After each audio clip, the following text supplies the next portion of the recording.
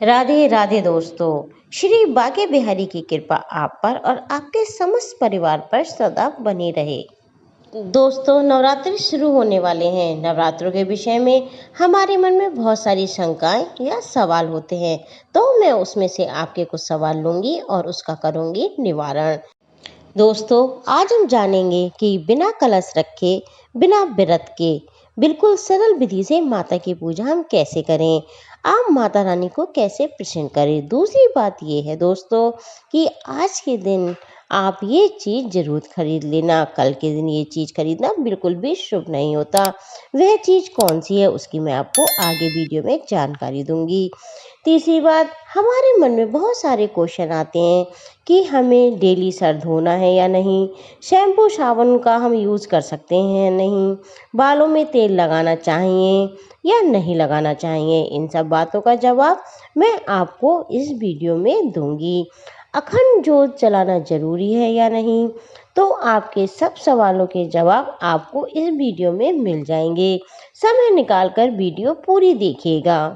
अगर आपको मेरी जानकारी अच्छी लगे तो इसे लाइक और शेयर जरूर कर दीजिएगा। सबसे पहले दोस्तों, मैं आपको बताना चाहूँगी कि अगर आप बिना व्रत रखे माता रानी की पूजा करना चाहते हैं तो आपको कुछ बातों का ध्यान रखना होगा।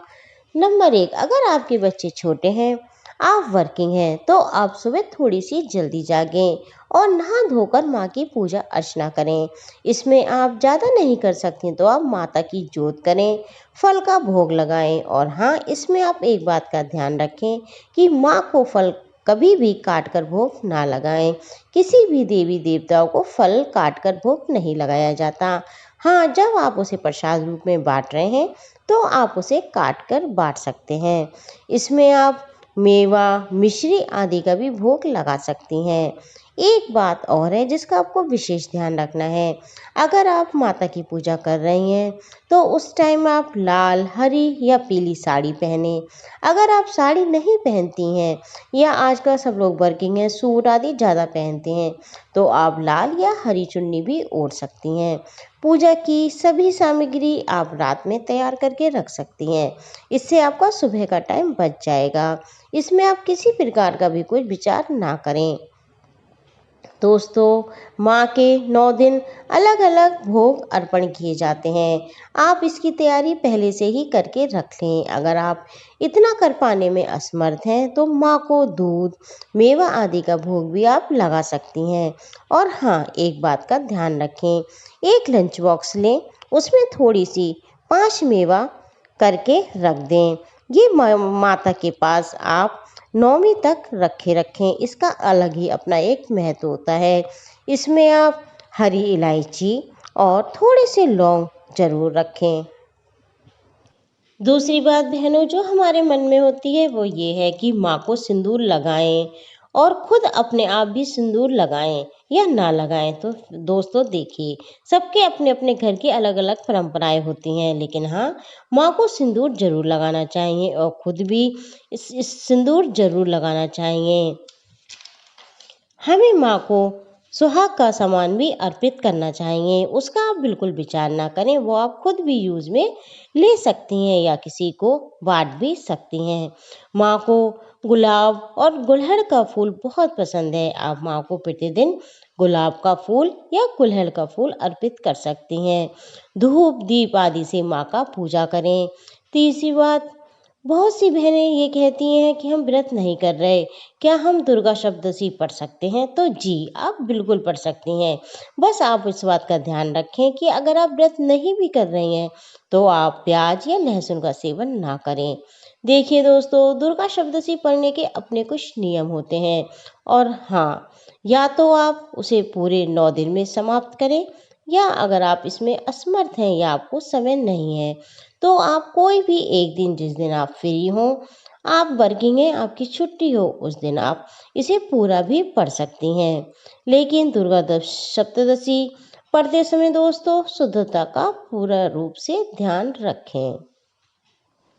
अगर आप दुर्गा सप्तशती पूरी पढ़ने में असमर्थ हैं तो आप इसमें जो देवी माँ के 108 नाम दिए होते हैं वो, और पीछे क्षमा याचना दी होती है वो, उसे जरूर नियमित रूप से पढ़ें।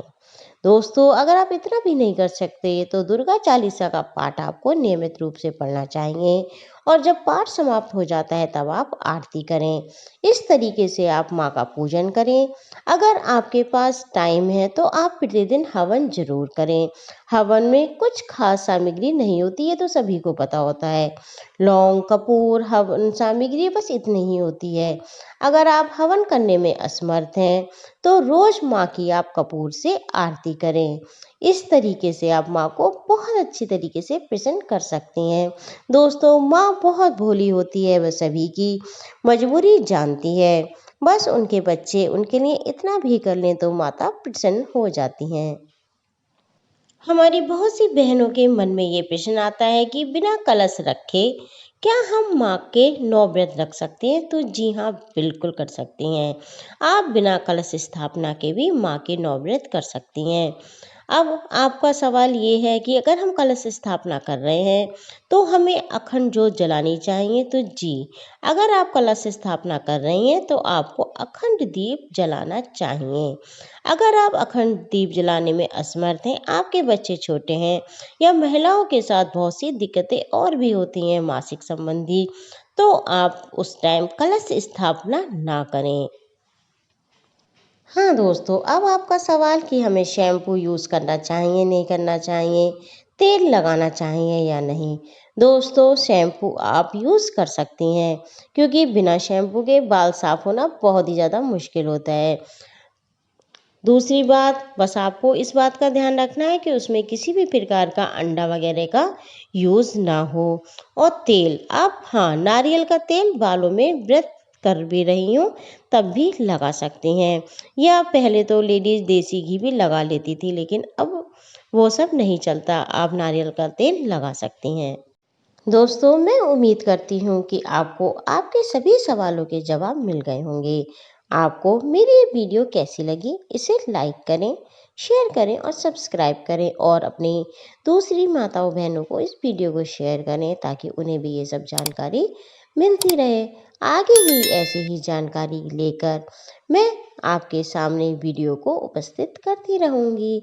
राधे राधे दोस्तों, आपका जीवन मंगलमय हो।